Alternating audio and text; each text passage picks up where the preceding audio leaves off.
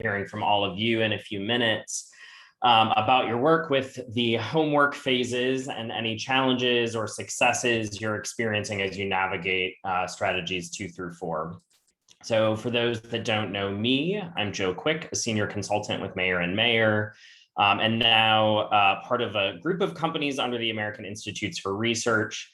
I've had the privilege of working with many of you, and it's so great to see so many familiar faces today. As both a TPM faculty member and fellow for the last few years, and have been working with the US Chamber Foundation on the curriculum, upskilling activities, the opportunity population resources, and now the TPM CoLab project, which will be talked about a little bit later, where we are digitizing all of this great material and getting it into a web format.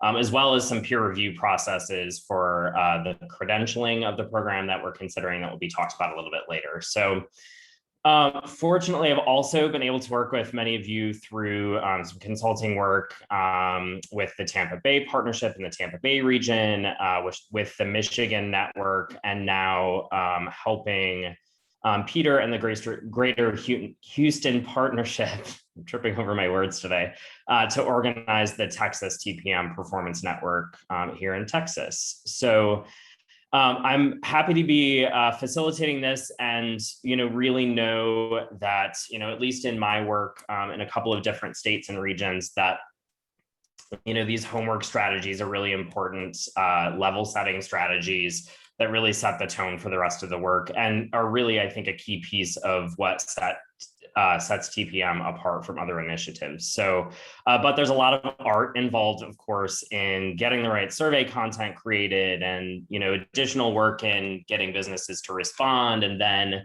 a lot of nuance in knowing what to do with that data once you get that wealth of data from your collaboratives, and then figuring out what to do with all of that. So I'm certainly here to provide my own thoughts throughout the conversation and experience as appropriate. But as Jamie mentioned, we're really going to open this up to hear from all of you around, any successes, challenges, your experiences around strategies 2 through 4, and, an opportunity to learn from one another. So as Jamie mentioned, we've got a couple of people queued up to get us kicked off. And so I've had the pleasure of getting to meet Lori in Kentucky during their academy. And so really looking forward to an update from her on the great work that she's been doing with regard to the equine industry. So I'm going to kick it over to Lori to talk a little bit about where you are in your implementation, your thoughts on successes and challenges in the homework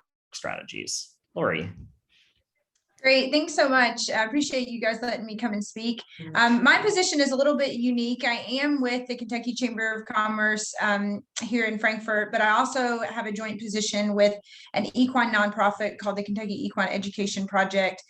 So my role is statewide, but it's specific to one industry, which is a little bit different than the rest of my colleagues here at the Kentucky Chamber. So I work in all of the industry sectors as part of the equine industry specifically. So I have actually 5 employer collaboratives up and running, all in the Bluegrass region, which is central Kentucky, where the bulk of our equine industry is found in our state. So they range from different types of farms. We have one collaborative that's specific to the thoroughbred industry with thoroughbred farms, a collaborative that's specific to non-racing farms. So they're a little bit of everything.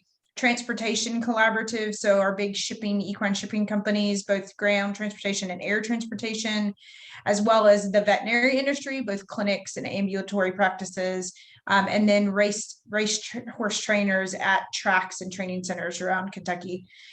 So a little bit of a unique position. One, I guess, of the things that we've come across through the TPM model with this industry, who as a whole has not been super involved in workforce development in a traditional sense, like other industries have been, is that the data that is collected both on the state level and on an industry level is almost non-existent. So what we are doing within TPM has been really groundbreaking for the equine industry. Even though we are not touching every equine employer in the state, what we are doing is getting something, which is more than we've had in the past, which is fantastic. But we are running into some kind of unique positions in that when we ask for data as a TPM collaborative, a lot of our employers don't track that data. They don't have access to that data. They've never had to compile that data before. So, and in a lot of ways, we're starting from the ground up, but it's allowed us to have a very blank slate to work with. And I'm sure we'll kind of get more into the weeds of it. But we have found oftentimes that the data we do gather doesn't really make any sense. There's not any true pathways, which allow us to kind of start where our employers want to, as well as we have found that some of our data has pointed to some kind of unique situations within our industry. We do a lot of hiring in a lot of our industry sectors outside of the United States. And so we have become more strategic about recruiting from specific areas of countries that we get a lot of employees from, which is not something that employers have strategically done in the past. So there are some really neat things that have come out of our TPM data.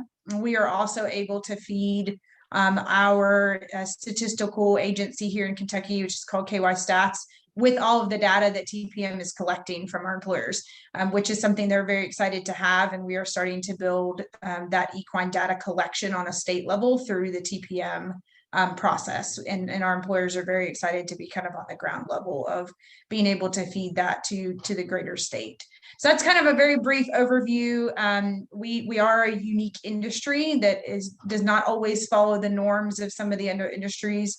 And so it's been very helpful to have various TPM practitioners kind of give some advice and me be able to do the same in an industry that we consider still kind of emerging in the TPM and workforce space. So I appreciate you letting me come and speak, and looking forward to having conversations with everybody today. That's great, Lori. And I think, that point that, the TPM process talks a lot about what can be done with data once you get it. And but I think there's also that piece of, once you get the data, it also shows you where there might be some gaps in data that isn't collected, or,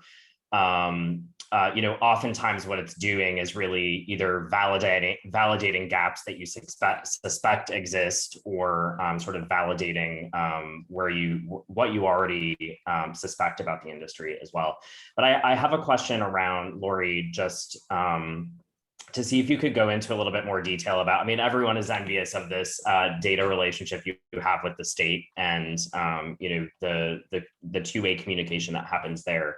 But I'm wondering, from your industry's perspective, is this then providing data that didn't previously exist at the state level, and kind of how is your industry looking at how that might be an advantage to the ways that your state pays attention to the industry, maybe in a little bit different way? Yeah, so we do have a fantastic relationship with KY Stats. And I know oftentimes people are very jealous of KY Stats, and they are an amazing agency that we work with. We do have a formal agreement with them at this point to share data, and our employers know that going in when they do demand planning and all of the things that go along with TPM data collection, that it will be used at a state level, and that we have not run into an issue where an employer is hesitant to be involved because of that. In terms of the equine industry, KY Stats does have some data that's specific to the agricultural industry. It's not as robust as other industries, but it does exist to some degree. However, at this point, we cannot kind of discern down any farther than that. So it basically looks at livestock production and crop production, and that's as far as we can go. So the equine data that they have is lumped in with cattle and swine and all of the other livestock production things in Kentucky. And so what we are doing with TPM data is we are feeding them a very specific industry within agriculture. Our Kentucky Department of Ag is also involved in our data collection because, again, they can and get it down a little bit more definitely to different types of agriculture, but the equine industry is very large in Kentucky, but it's also very specific to industry subsectors. So that is something that our data is helping with. We can pinpoint specific veterinary data or specific types of equine industry data, or transportation that's specific to the equine and livestock transportation industry. So that is very helpful. The other thing with KY Stats is When we talk about the need in the equine industry here in Kentucky, which is one of our signature industries, we know the workforce need is astronomical here. That's known outside of our industry. It's definitely known within our industry, but we had no data to back it up. So I've literally had conversations in the Capitol about the workforce need in the equine industry, and I'll have people ask, well, what scale are you on? Like, what is the need? And I'm like, it's big. And they're like, yeah, but like, what does it look like? And I'm like, oh, it's really big, but I literally have no data to go back to. And you can understand that people are hesitant to put resources and funding and time and energy behind something when there's no concrete evidence of need. So that is something that we work with our employers on, specifically, is that this data is just not going to go into an Excel file and just be filed away for anybody that wants to look at it. We are using this as leverage to then get assistance and get knowledge outside of the equine industry that we need help, and that we are a viable industry that needs to be supported in terms of workforce development. So there's a lot of different ways that we use our data. And like I said, it's not something that the equine industry has really done a lot of. So part of my position too is to educate my employers on why this is necessary. Why are we doing these surveys? What are we going to use this data for? And then once they kind of understand the gravity behind having these numbers, they're usually jumping in with both feet. So it's been very helpful and advantageous on both sides. That's great. That's really interesting. And you're getting me as excited about this industry in Kentucky as I am about bourbon. So that's there you go. That's quite the feat. All right, we'll turn it over to Michael now. Thanks, Lori. Thanks, Joe. So our focus in Tucson has been, and by the way, good morning. Nice to see you all. My name is Michael Guyman. I'm Vice President for the Tucson Metro Chamber, and our focus here has been on the healthcare industry. We do have a construction sector partnership, but that is still kind of in the design phases of, are we going to use TPM for that particular industry? But with healthcare, we have really dove right in. And what's interesting is that, some collaboratives, like I know, because we work very closely with the Phoenix Chamber Foundation on the healthcare issues, they are mainly focused on hospitals. But we have opened ours up to not only hospitals, but also clinics and hospice care and home health care, all the different sectors that relate to healthcare here in Tucson. And a lot of the conversations have obviously focused on clinical needs. And so we have gone through the process of using the web tool to identify what those hard and soft skills are for those clinical needs, and collecting that data that we can, of course, then, as we go through the following strategies, identify the providers and ultimately come up with the solution. So we're still in sort of that 2 to 4 strategy phase. But what's also been interesting in these conversations is that, and this may be no surprise to others that are working with healthcare, is the non-clinical needs are almost just as important. And so the billing and coding and the IT and cybersecurity needs are absolutely critical in the healthcare industry, and they are having a really difficult time competing with some other industries. For example, here in Tucson, we have the largest single facility in Raytheon's network. So we have 14,000 employees at our Raytheon facility here in Tucson. And as I'm sure you can imagine, the Raytheon hires a lot of engineers and hires a lot of IT professionals. IT professionals, they could probably make a heck of a lot more at Raytheon than they can at, say, Tucson Medical Center. And so there's a lot of competition in that space. And so what's going to be interesting is, as we go through this process, is determining, the specific needs to healthcare, because there are obviously differences between what an IT professional at Raytheon, the skills they would have versus someone in healthcare, but further defining what those IT skills are needed within the healthcare industry. And And then of course, working with the providers to help develop those skills, as well as, building a talent attraction campaign that will try to, incentivize or encourage individuals within that particular sector to come here to Tucson, where the weather is warm. Sometimes people think it's too warm, but that's a whole other thing. Um, so what we've also done, so that's just sort of internally, but what we've also done, and maybe similar um, to what Lori was talking about statewide, is we've also had these discussions jointly with our counterparts up in Phoenix. So we held a joint strategy session with Phoenix, who of course is further along in the TPM process, but that not only helps us, but it also helps them, and it helps our state better define what the skills are needed across the healthcare industry in Arizona. And so we're very happy to have those conversations too. But what we will be doing, and this is going to be an interesting process.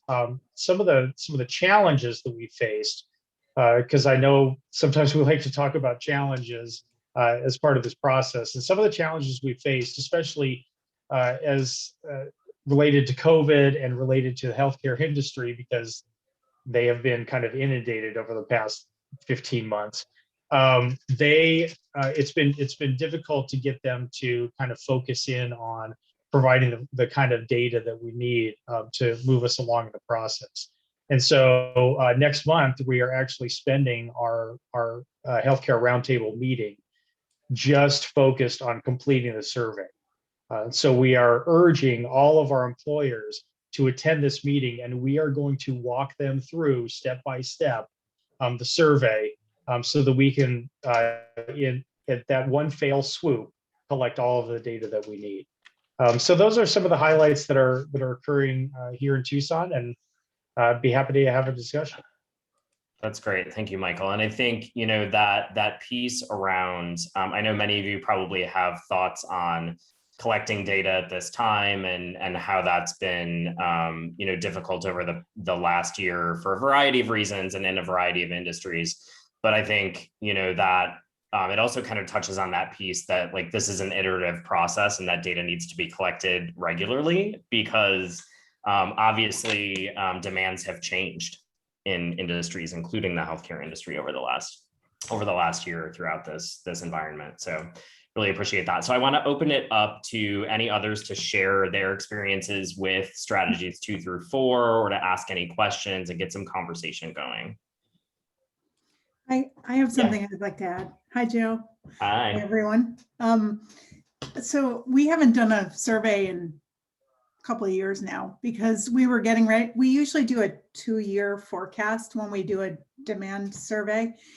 And we would have done them in 2020 for 3 industries.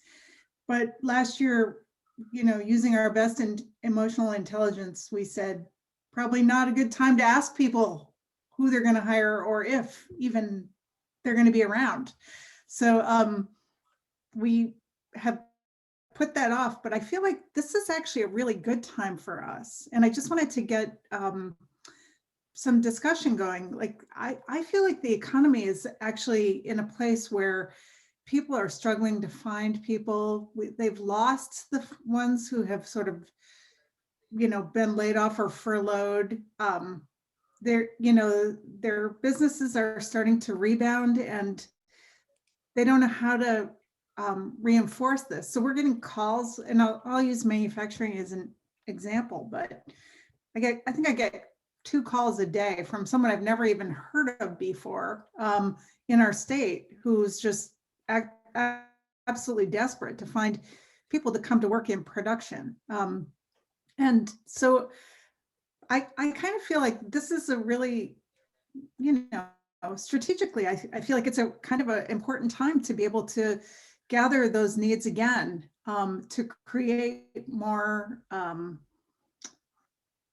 data that we can act upon. And I'm just going to ask if other people are starting to feel that way as well.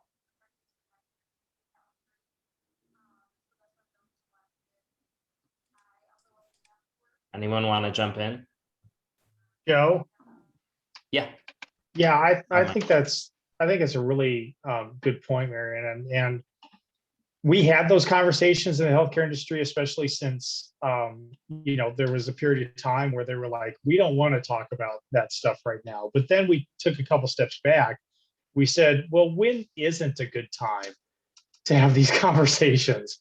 Because I think a part of this process is also identifying, that 3 to 5 years down the road of what I mean, part of this is what do we need now, but part of it is also what do we expect to need in 3 to 5 years. And so I think these conversations, I think it's always a good time to have these conversations because we need to be forward thinking and we need to make sure that we are working with the industry, since they are the ones that are kind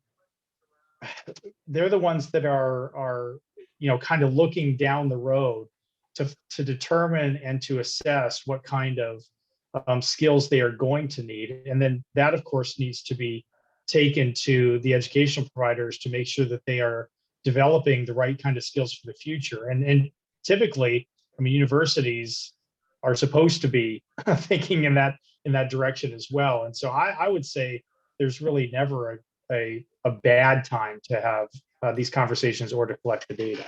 Yeah, and I think to the point of Michael's comments and Marianne's, I know in my experience, I think that piece of emotional intelligence is really important because it's gonna depend based on the industry and the current situation. When is the right time to both collect data, but also how to continue conversation. And I think in my experience, I'm thinking about doing some work with a group in Northwest Georgia, where it was manufacturing work. And we were really sensitive about the fact that, in the most critical time, we used the opportunity of bringing the businesses together to talk about some of their more immediate needs, but keep those longer term, like Michael said, some of those longer term things on the horizon to say, hey, we might not be talking about this now, but don't stop thinking about it. We're going to revisit it in a few months, kind of thing, and kind of feel that out. But also we recognize that within that industry and in that region, we had half of our employers were losing people and the other half were keeping up with PPE needs. So there were, distinct differences that we also had to navigate in trying to figure out, how do we support both sets of employers in a very different way. So I'll kick it over to you, Zach Morgan. Hey, thanks, Joe. I would just commenting from the standpoint of currently launching collaboratives. I've just launched a couple of them. And I'm in this breakout because I know how to prospect and I know how to launch, and I feel like I kicked butt pretty well in both of those. And now it's to strategy too. Like, oh boy, here we go. But one of the ways that I presented it to my prospects, and this came from one of my champions, I thought it was a really great point. He said, companies they spend a lot, especially the HR folks, spend a lot of time kind of with their hair on fire fighting next week's hire. Who do I need to hire next week? Who do I need to hire next month? What we're interested in and focused on is solving that problem 2 years out, so that 2 years from now we're not still fighting that same problem. And so it's interesting to me that the 2020 COVID noise in the data, probably, like if we did take surveys during 2020, it might show up as noise, but I don't think we're probably out of that because there's still kind of the after effects. But I'm not going to shrink away from trying to get those surveys. Of course, we need to be emotionally intelligent, but one aspect of that is saying, okay, we're in a tough spot, but why don't we look ahead? Because when we get to that point, we don't want to be still dealing with what we're dealing with now. Yeah, and go ahead, Lori. No, you're Joe. I think you're right, Zach, in that, oftentimes we have to talk to employers about, even though that they are in a crisis mode oftentimes right now, and they needed someone yesterday, having them see the value of the data and the steps of TPM on the long term, so that hopefully we get out of that crisis mode, like you mentioned, moving forward, and they can have a more strategic plan in hiring. And sometimes that's hard for an employer to see when they needed someone yesterday, but I think you're spot on in trying to continue that conversation, even in a time when they see may not be the best for them. Yeah, and I think there are some distinct differences from a data collection perspective, and that emotional intelligence piece of whether or not you've already collected some data from your group or whether it's the first time they're doing it as well. So, especially I think in Marianne's case, where a lot of, her collaboratives have existed for a bit longer and, have gone through the process and saw the value of it, but are dealing with some different issues. It's kind of that what's most important to the group right now, and what's their sort of tolerance for their next steps. Any other thoughts on kind of how you're using your data, or how you're excited, if you're not to that point yet, to see some of what you're getting out of strategies 2 through 4, and how that may sort of help you move your process along, or inform the work that you're doing. Anyone else want to talk about their efforts? Yeah, Joe, Jack Townsley here, Runaway Intermediate School District up in Michigan, Joe's former stomping grounds. In fact, we had met in another life building a BSP process, but that's another story. With the group I'm working with, it is a group of 5 chemical companies in Lenawee County, Michigan. And so 3 of the 5 are international companies. So they've got roots in Japan and Germany, and I think Netherlands. The other 2 are local and smaller, but in the room, I've got the CEOs and or HR managers in that, and the data we collect is pretty much meeting to meeting. Because it's such a small collaborative, this is not a statewide initiative where we really need in-depth analysis of data over a big territorial area. These are 5 companies who are very comfortable talking to each other about what their current needs are. So the data collection I'm doing is pretty much every meeting. How many openings do you have? What's it look like in the next 6 months? And so it's almost an ongoing process rather than a big data collection effort. And I'll be honest, I haven't used the tools. I tried to. They weren't interested in filling out surveys. They just want to talk about it in the meeting. So it's just a different perspective on data collection when you're dealing with a smaller, tighter knit group of companies. Great. Thanks for that, Jack. Anyone have questions for anyone who's presented out yet, or anyone newer to working in these strategies that has questions either about, what to do with the data once you get it, how to interpret it, any, either positive or negative experience in collecting that data through the system or otherwise? Really interested to hear from others.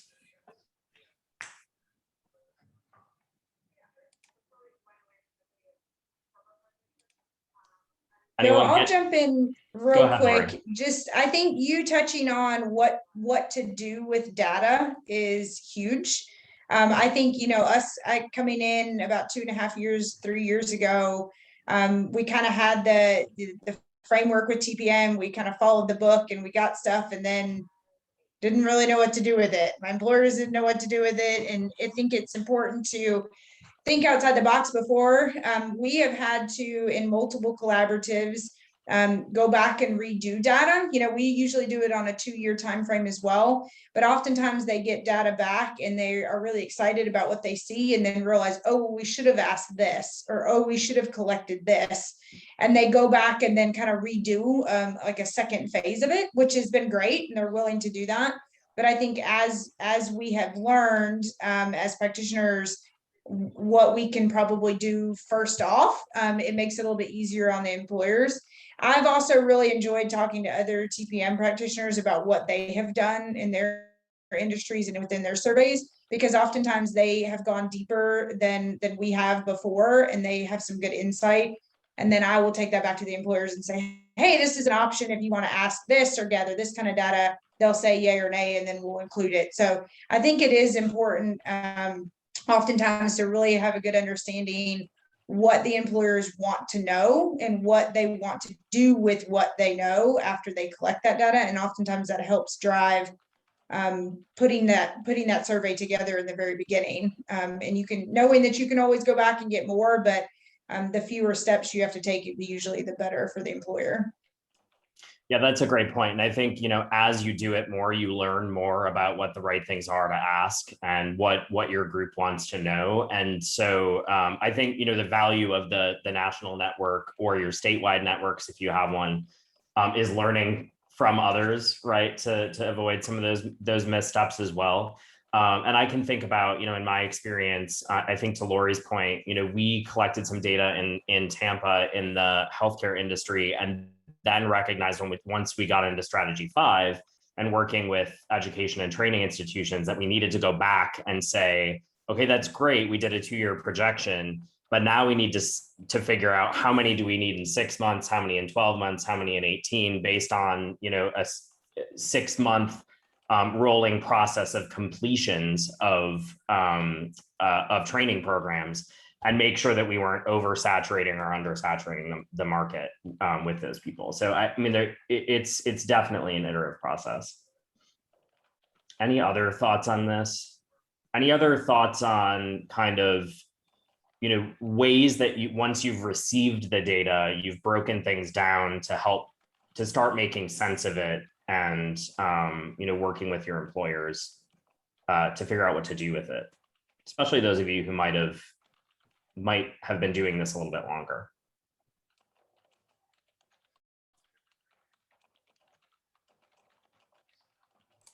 I have a question for the folks who've been doing it for a little bit longer. I had my first meeting with one of my new collaboratives on the demand projections, presented the data. It was like pulling teeth to get any kind of comments. That might have been my facilitation and not asking good questions. So I wonder, what are your go-to questions to get people to bite? I might be able to help you with that. Typically, when I present the data, I highlight the outliers or the things that require me to ask questions. And when we get into the group and into the session, so this is what I call the qualitative data.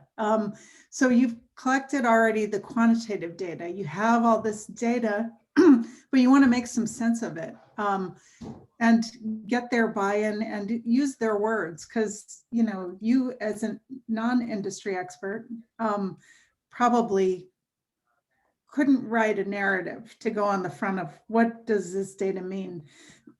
So in our case, we usually ask about multiple roles at one time. In some cases, like in Kentucky, I think they usually go after one role, like when they're doing the demand planning, like they might say, okay, we're going to look for production technicians or whatever.